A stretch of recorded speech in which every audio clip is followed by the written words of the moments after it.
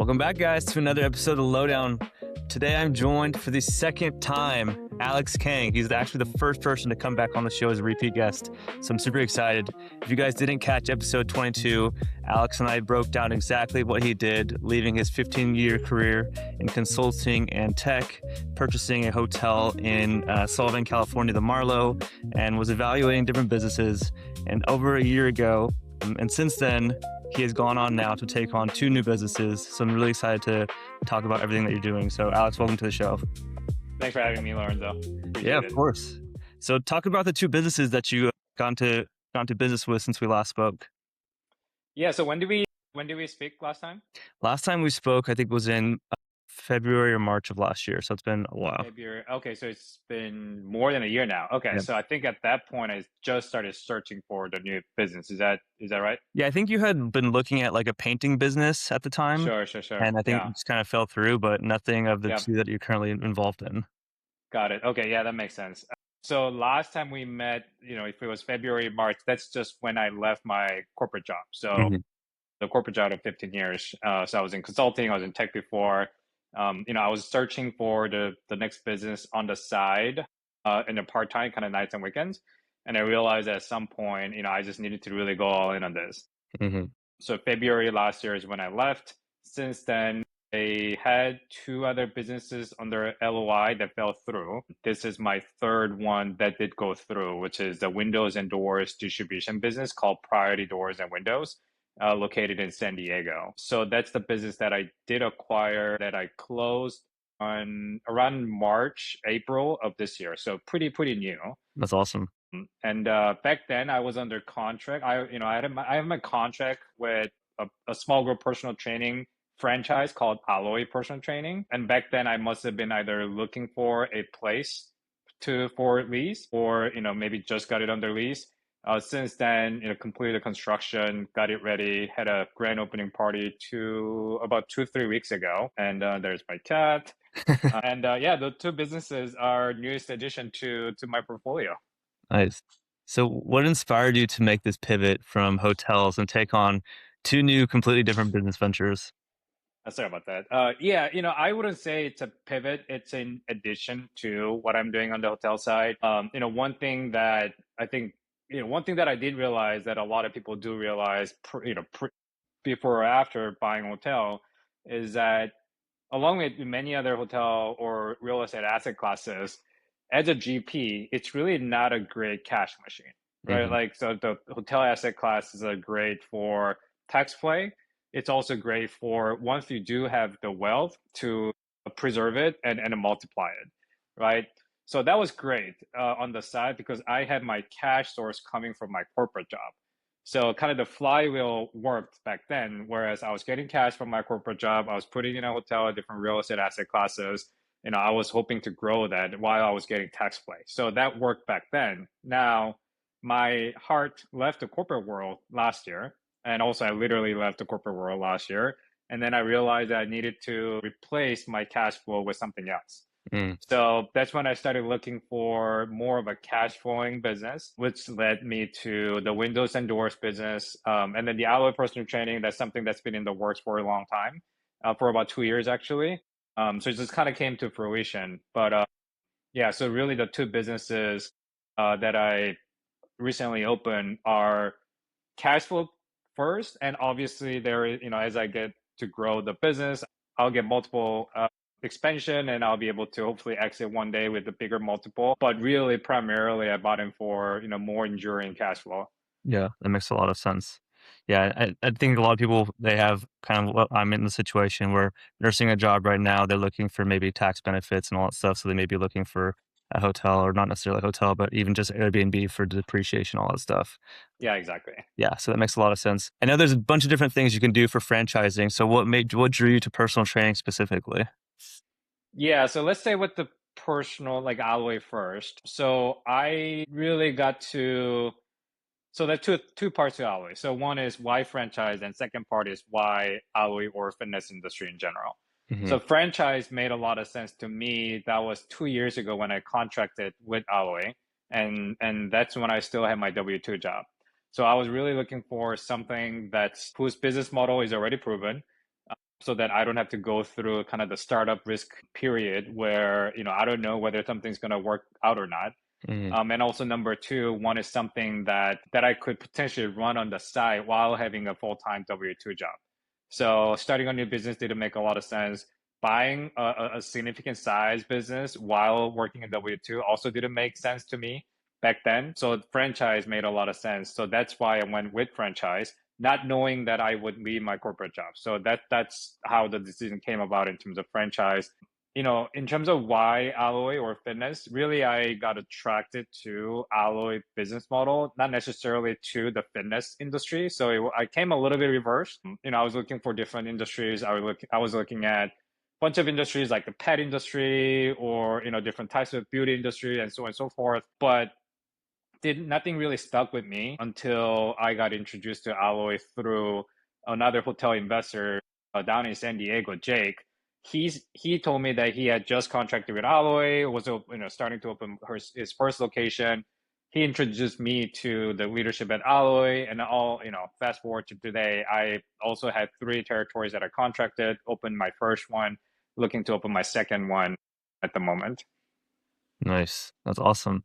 So if you had gone back in time, I mean, obviously you still had the W-2, but if you're like Yep. in my position, still working a W-2, do you still think you had that bandwidth to take on a franchise? Do you still think that's a great idea for someone who's looking to get into business to start with a franchise model first? I think franchise is an interesting model in that it's pretty, obviously there's a big pros and big cons, right? Like big pros being someone has already done a lot of the hard work.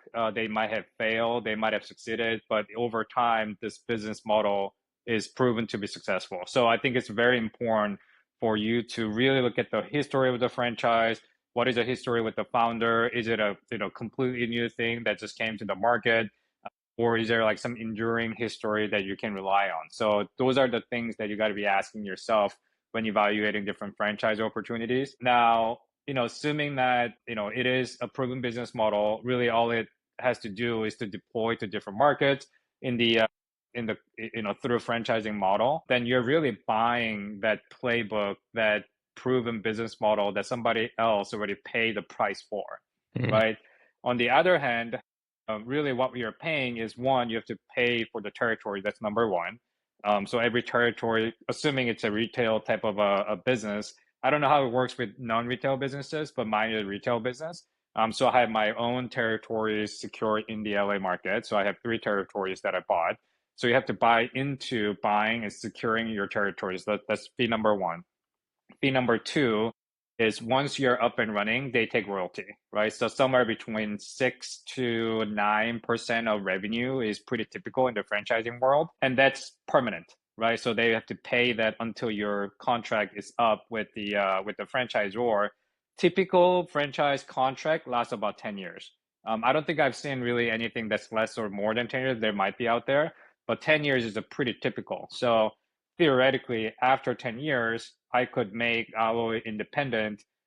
I obviously wouldn't be able to use the Alloy name and some of the other branded materials, but I could take it independent, not pay royalty, but you're not going to get the support from corporate moving forward. So that being all said, if you do have already a stable income, W-2 or other businesses, I do think franchising is a great avenue to at least explore and see mhm, whether it can supplement what you have. Um, and many franchise businesses, if you find the right one, you don't necessarily have to be the one running it all of day-to-day basis. And they have baked that into their business model. So I was actually told that I shouldn't be running my gym on a day-to-day basis because I don't have any fitness background coming into this. mhm. That makes a lot of sense. Okay, what were those fees specifically? Is it just like a $50,000 franchise fee per location, and then obviously the 10% royalties forever? Yeah, something to that effect. Like I think 40 to 60K per location is pretty typical. And sometimes if you buy more, which was the case for me, they give you a little bit discount, multi-unit discount. So mine came just shy of 50, I want to say, or something like that per location. Yeah. And then the royalty, yeah, to your point. As soon as you're making revenue, it's a basically permanent fee that you have to pay. Yep. And then obviously you're paying all the costs, startup costs yourself, right? You're finding the location, you're paying for the lease. You're paying for the construction, everything. Correct. Yeah. Very, SBA is pretty typical in the small business world. So small business administration loan, they would loan up to 90% of the total cost. And when I say total cost, it includes all the costs that you mentioned, hard construction costs, project management costs, permit costs, and all of that. But they would also include some of the working capital. So, first couple months of paying your staff when you have no revenue coming in. Marketing costs that you have to incur to get the leads and then convert the customers into. So all those packages combined, SBA would fund for the initial period of time. And then typically SBA loans are 10-year amortization, and the rates are prime plus 2 to 2.5%. That comes out to around like 9 to 9.5% in current today's environment. Nice. So what was the total all-in cost for like the first location? All in is 400, give or take, Okay. for the first location. Now, the build out cost was build out in the equipment and the things that went into the gym space is around 200K, maybe 150, 200K. The rest were all like the soft cost that they had to incur. And a lot of them were also working capital. So post opening, until I get to a point where I'm able to fully service the debt, they would fund that working capital, which is pretty critical, especially if you're starting from scratch. Yeah, that's definitely very interesting. How long did it take you from when you first signed that franchise agreement until the doors were open? Way too long. I would say mine took little over 2 years, Okay. and that's a scary long time. Yeah. But if you kind of break it down, so it took me about first year, well, 6 months to find the right location, hmm another 6 months to negotiate. And I think the negotiation took a little bit longer than I wanted it to be. But 7, 8 months to find a location, 4 or 5 months to negotiate. So that was first year.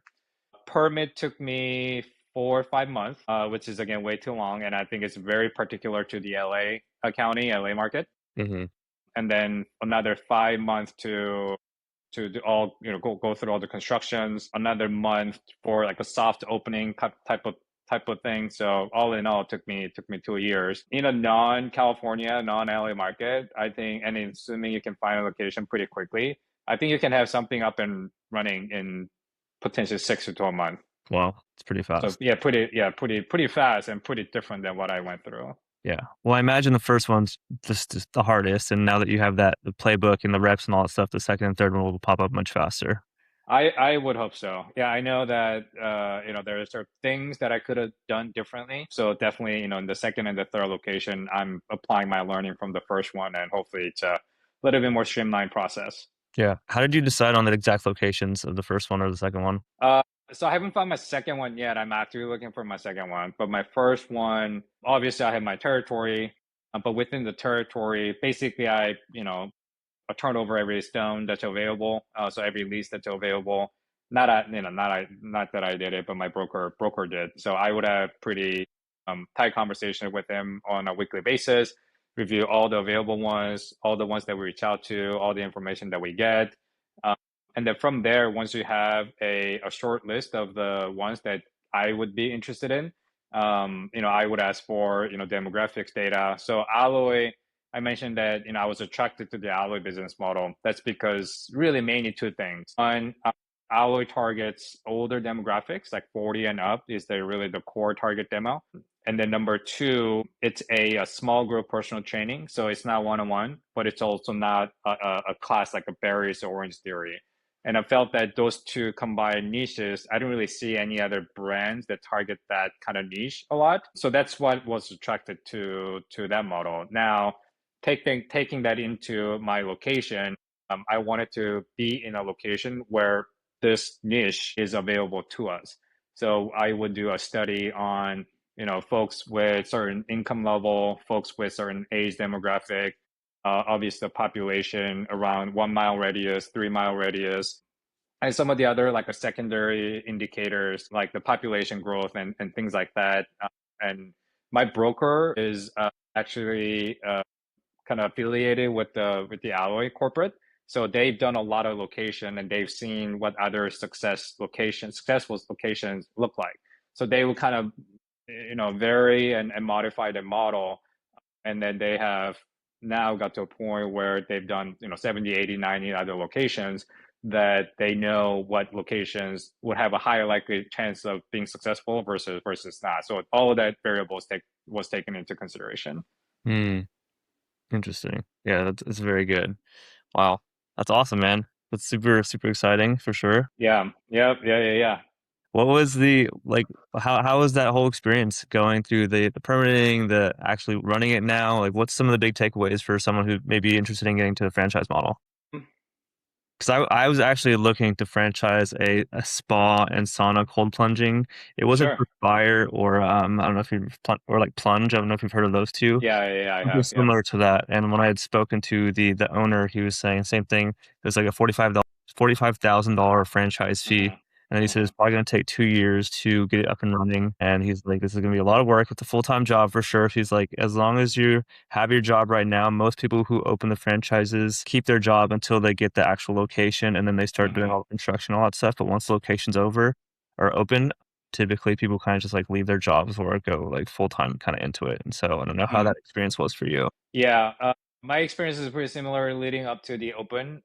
Again, like the alloy business model is structured in a sense that you don't necessarily have to be the day-to-day running it. Or let me actually take that back. Even if I wanted to, I wouldn't be able to. It's not like I can go and lead a session Just with take your shirt off. with the members. So that was kind of an intentional thing, in a sense that, like, it had to be something that I can run on the side. Hmm. Now it's I do it with my wife, actually. So it's between me and my wife. I did most of the heavy lifting leading up to the day of the open, so constructions and permits and all of that stuff. Now that we are open, my wife has taken on as more kind of a day-to-day, representing between me and my wife. We do have a GM who's a rock star, so that makes our lives a little bit, well, not a little bit, much easier. So having someone like that that's like really running the day-to-day stuff has been, again, that's part of the hourly model. So all my financial modeling and all of that has that baked into the model. So it was a lot of work, right? Like, you asked for the advice or what I can tell the listener. I think the biggest thing, and even I knew this going in, but after actually having experienced it, it always takes much more effort and much longer than even your cushiony period and effort that you thought it's going to take. So a lot of things that are outside of control, you literally cannot do anything about it. Like, soon as, like, things that are stuck with the city in terms of permit. Yes, there are things that we can expedite it. And I hired an expediter, permit expediter, and there's things that I could do to make that speed that up. But there's only so much you can do, and then you're just at the mercy of some of these things. So just don't just have that mindset. As long as you're moving into the right direction, things will work out. But also really plan for the worst. Like, when I say worst, like, make it 2x worse than what you think it could be, because it could really happen. And that sort of happened to me. I didn't think that it was going to take me 2 years to open a location. I thought worst case scenario, maybe it was year and a half, maybe. Hmm. So 6 months in the grand scheme of things doesn't sound a lot, doesn't feel a lot. But if you're incurring a bunch of costs during that period of time, then that could be pretty detrimental. Hmm. Yeah, it sounds as though having that stable W-2 or whatever that may be other job is the perfect situation to do this franchise model, as you're alluding to in the. I would agree. Yeah, I would agree. Okay. Because Wow. the franchise is that you're becoming a franchisee because, again, it's worked somewhere else. So really, a franchise is less about the strategy, solving for strategy problem. It's really much about the execution problem. So as a franchisee, you shouldn't worry or wonder, oh, why is this thing not working? Hmm. If it hasn't worked, you should be able to go to corporate or other owners and being able to figure that out. Meaning, it's really all about just doing it, just executing it. So you're not going to really spend a lot of time wondering, oh, why is this thing not working? Oh, is this going to be viable, a business? All these questions. If you're having those doubts and thoughts, you might have chosen a wrong franchise model. Yeah. So then, now then all your efforts and time is going to execution. Even if you had 100 hours to work on it, there's during construction and permits, you cannot spend 100 hours to speed up the process. So what are you going to do in the meantime?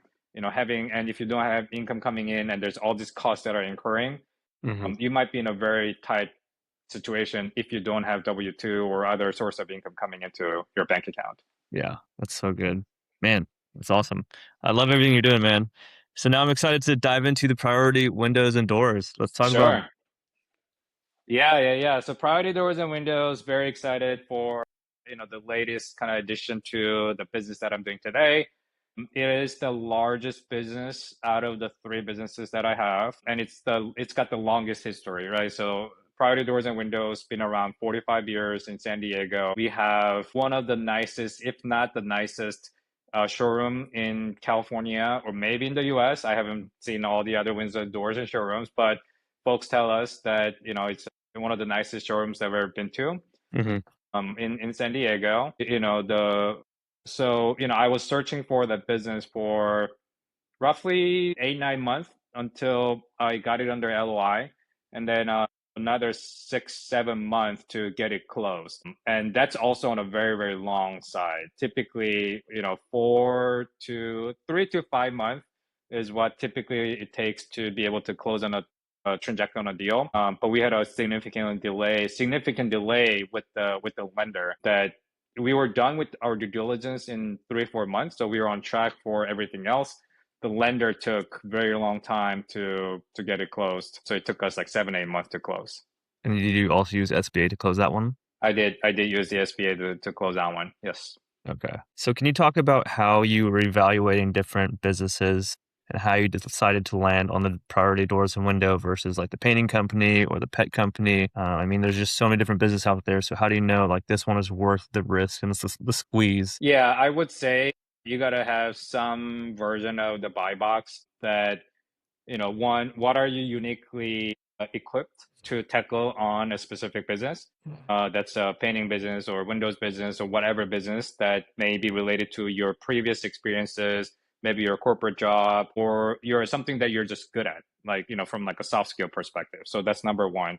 And number two, what environment are you in that you could really benefit from buying this business, right? So that could be a real estate, that could be an accounting firms, that could be legal firms.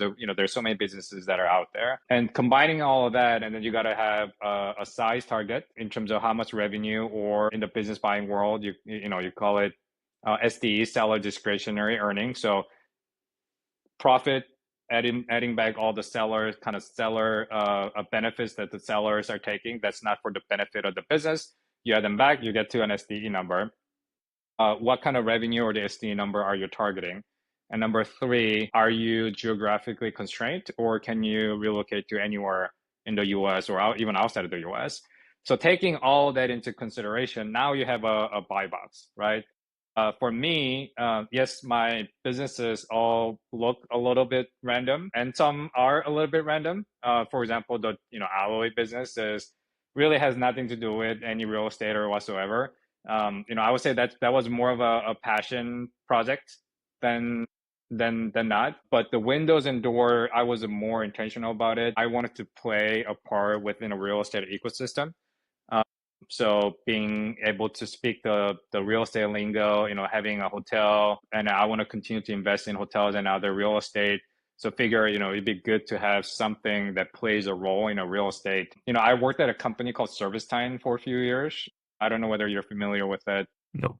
but ServiceTime is a operating system technology for the tradespeople. So HVAC and plumbing and electrical, roofers and so on and so forth. And that's when I first got introduced to small businesses, really, back then. And I had no idea how lucrative or profitable small businesses could be. So that's when I first got introduced to it. And because I learned about the HVAC business and electrical business and plumbing business, naturally those are the ones within real estate I wanted to go after. But then there were two problems. One, the HVAC and the plumbing electrical space, partly due to ServiceTime, they've gone IPO and became a public company, but also a lot of the PE money came into this space. So it was getting all the businesses in the space were getting very expensive. And then you're always competing with the PE. And number three, you need, especially in California, there are probably some other states too, you need a trade license to be able to operate such trade business. So in order for you to run an HVAC business, you know, HVAC license and, you know, so on and so forth. That's not something I had really the time to get or wanted to invest in it and potentially not being able to buy in an HVAC space. So that investment, and I wasn't sure whether the investment was really worth it. So then I started excluding all the businesses that require specialty licenses. Then kind of came to my current business, being in a distribution a business. I don't need a specialty license. This is more of a white collar business than a blue collar business, which I think it suits me better than, you know, I'm not the guy to turn up a wrench and, Yeah. you know, I'm just not a handy guy. So, you know, all of that some of them were intentional, some of them were a little bit luck, really. And you know, I feel really fortunate to have found this business that kind of fits me, really. Yeah. I find everything that you're doing so inspiring, man. Honestly, you're like one of the most inspirational people that I've met so far because you're not afraid to take risks. You're trying many different things and you've obviously lifted your career and gone all in on yourself. So I'm really commend you for doing these things, man. It's awesome. Yeah, well, appreciate it, man. Yeah, I mean, you know, you and I have known each other for a long time, and I also commend you for just taking the action, you know, starting up the podcast and, you know, doing all the things that you do. So right back at you. I appreciate that. So what did this Priority Doors Windows, how many employees was it? What was it kind of doing beforehand? And then where are you kind of taking it so far in the few couple months that you've been operating it? Sure, sure. So it's a very lean business. We have 4 employees, 3 sales. Well, actually, currently we have 3 employees. We had 4 when I started. We lost one person. We are backfilling this person, and then we actually just hired another person. So we are at 4 now. We're gonna hire someone else. So we're gonna be at 5, hopefully in the next like a month or two. Revenue wise, it does somewhere between $6 to $8 million top line Nice. on a yearly basis, and let's just say roughly mid-teen profit margin is what the business does today. Okay. Wow, that's awesome. And then both for Alloy and this, like I know when we're evaluating hotels, right, we talk about expense ratios. Like what are these? I think you said the profit margins in the mid-teens for this, but like what are the other profit margins or expense ratios for Alloy and this one? Yeah, Alloy, obviously we're not making a lot of like profit right now. We're still ramping up, but once we get to a stabilized, you know, period, which I expect it to be maybe 6 to 12 months from now, is when I'm targeting in terms of Mhm. kind of fully stabilized Alloy. Should have around 30 to 35% profit margin that's coming to me. Uh, Mhm. More likely than not, that's going to get reinvested in my second location and third location. And then the Alloy, yeah, I mentioned the mid-teens profit margin. Nice. And what was the purchase price of the doors and window business? Yeah, so we did just north of 7-figure profit SDE, and then we bought it for around like just 4x multiple. Okay. Yeah, Did you have to which is raise a capital pretty, for this? what's that? Did you have to raise any capital for this, or did you kind of just Uh, up it? no, I didn't. Yeah, so I did SBA, so 10% down payment, 90% SBA. I didn't have a seller carry on this one. Pushed for it, seller didn't want to do it. But we did get some other concessions and other terms that were favorable to us in lieu of not getting the salary carry on this one. Wow, it's amazing. So if someone was looking to be a business owner, is it better to start one from scratch, kind of doing maybe either the franchise model, starting one from scratch, or take over an existing business like the Priority Doors and Window? You know, it's always a buy versus build type of a question and discussion. Now that I've done an acquisition, and also, you know, it's not, you know, I didn't start from scratch because you know, it's a franchise model.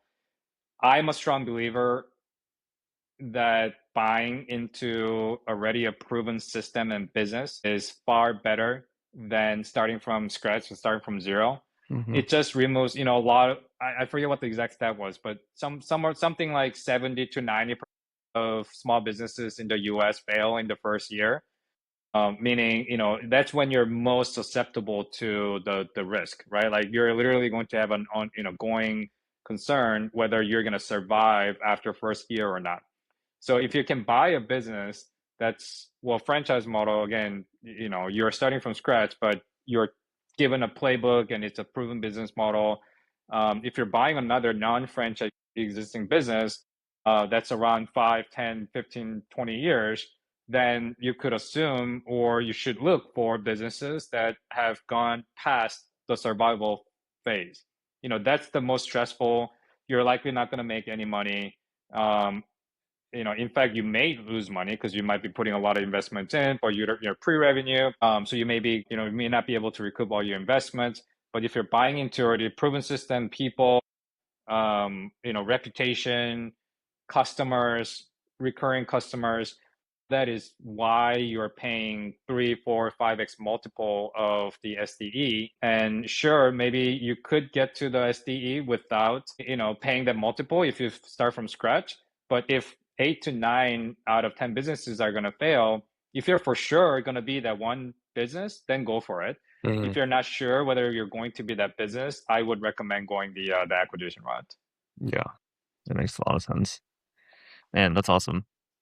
I know building this portfolio takes a really big toll on your bandwidth, your mental time and energy. So how do you protect, your own well-being, your time with your family and your friends, while still also be giving the attention to all these different businesses that they all deserve? Yeah, that's $1 million question. Honestly, I'm still figuring that out, right? But what I can tell you for sure is that I am more energized during the day and also throughout the day and at nighttime and also on the weekends.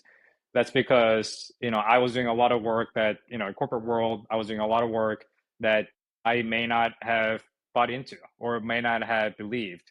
Or maybe I was working with people in the team or even bosses that I didn't really choose, right? Like sometimes you just get inherited or you get added to a team that you're not sure why you're being added to a certain team. So there's all these like uncertainties, and sometimes you're doing stuff even though you're not really believing in it.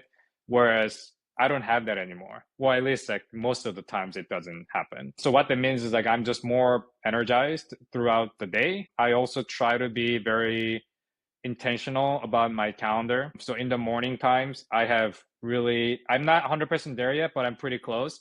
I have no meetings in the mornings. So it's my creative time. Sometimes I work out, sometimes I play tennis, sometimes I just block up 4 hours and just, work through some stuff if I need to get through. All those flexibility, I think, has enabled me to be a lot more intentional when I do need to be at certain place or spend time with my family and friends, um, and also the well-being. So that's been helpful. I run all three businesses on EOS. Have you heard of EOS before? Yeah, it's what's Yeah, up? Look, Traction. yeah, sure. Yeah, exactly. Yeah, so it's a for those who haven't heard of it, there's a book called Traction written on it. It's basically a small business operating system for small businesses. I don't think it's anything fancy, but after you go through it, it made a lot of sense to me. I know a lot of other business owners have used it in the past.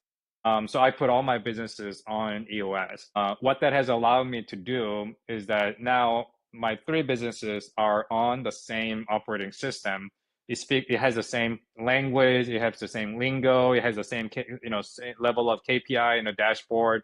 So I can quickly look at different businesses at a glance and being able to really evaluate, okay, this week or the next month or so, I'm going to have to spend more time on this business versus this business and being able to allocate my bandwidth that way.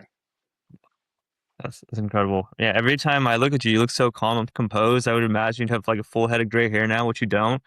You've got a full on black hair, it's jet black. Everything looks good. So it's awesome that you obviously have everything. Starting to get some gray hair. I mean, it's a harder to tell, but it's definitely coming. It's definitely coming.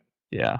Talk about some of these days that you may have had at Priority Doors or Alloy. Like, I imagine it's a huge undertaking, right? So tell me about some of these days where you may have been like second guessing whether this was the right decision or just like those really just stressful days.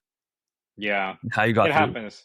Yeah, it happens more often than you would like it to be, especially in the beginning, I Yeah. think, because everything is so new to me, right? Like this Alloy business is new to me.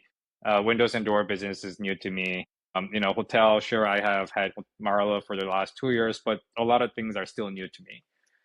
And there are bound to be days where all the worst things that could happen in each of the businesses happen in one day, right?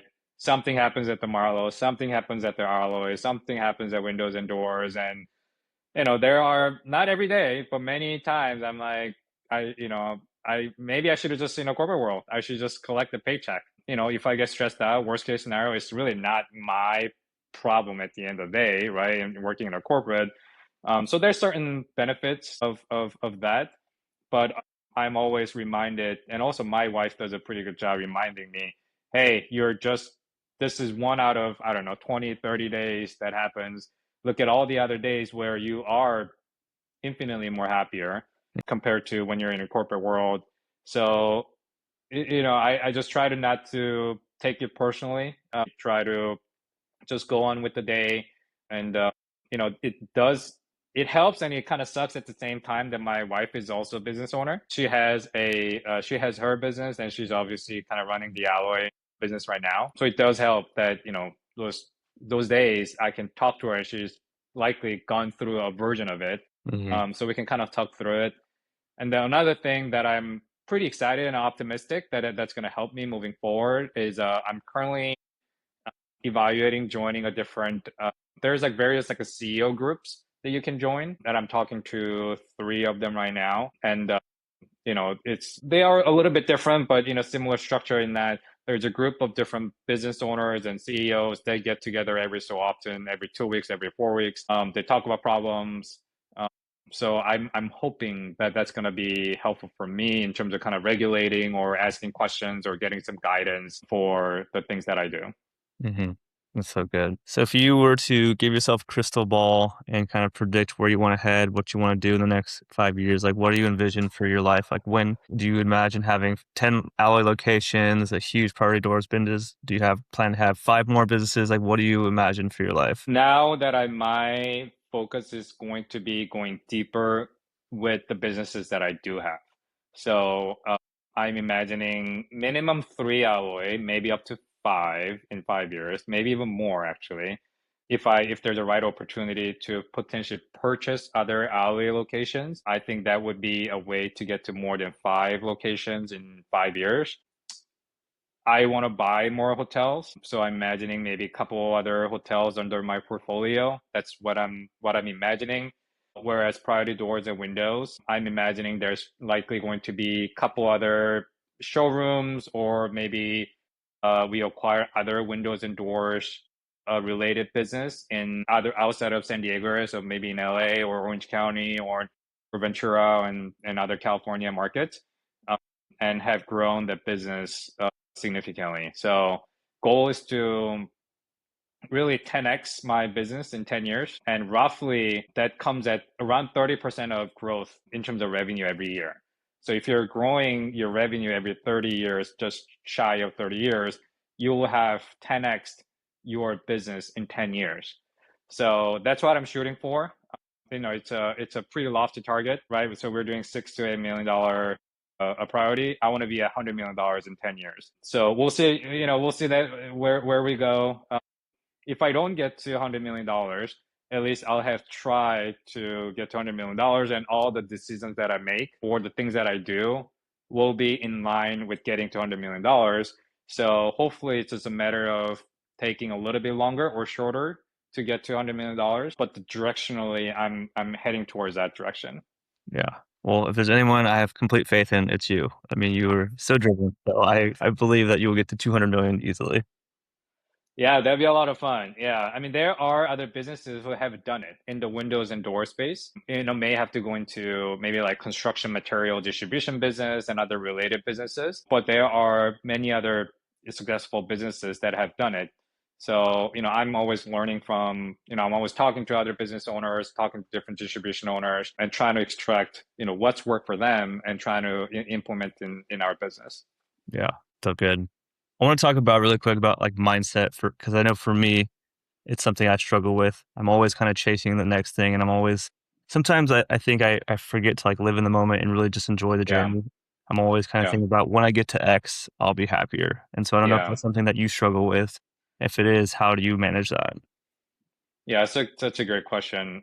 I'm kind of similar to you in a sense that I'm a very results driven person, and many times if you tell me is results more important or is the process more important, I will tell you you got to get to results, and then Hmm. the process kind of follows, right? Like, you could say that you tried it all, and if you don't get the results, like no one's going to respect you. You're not going to be really happy. Um, so how do you get to the results as quickly as fast as possible is always in my mind.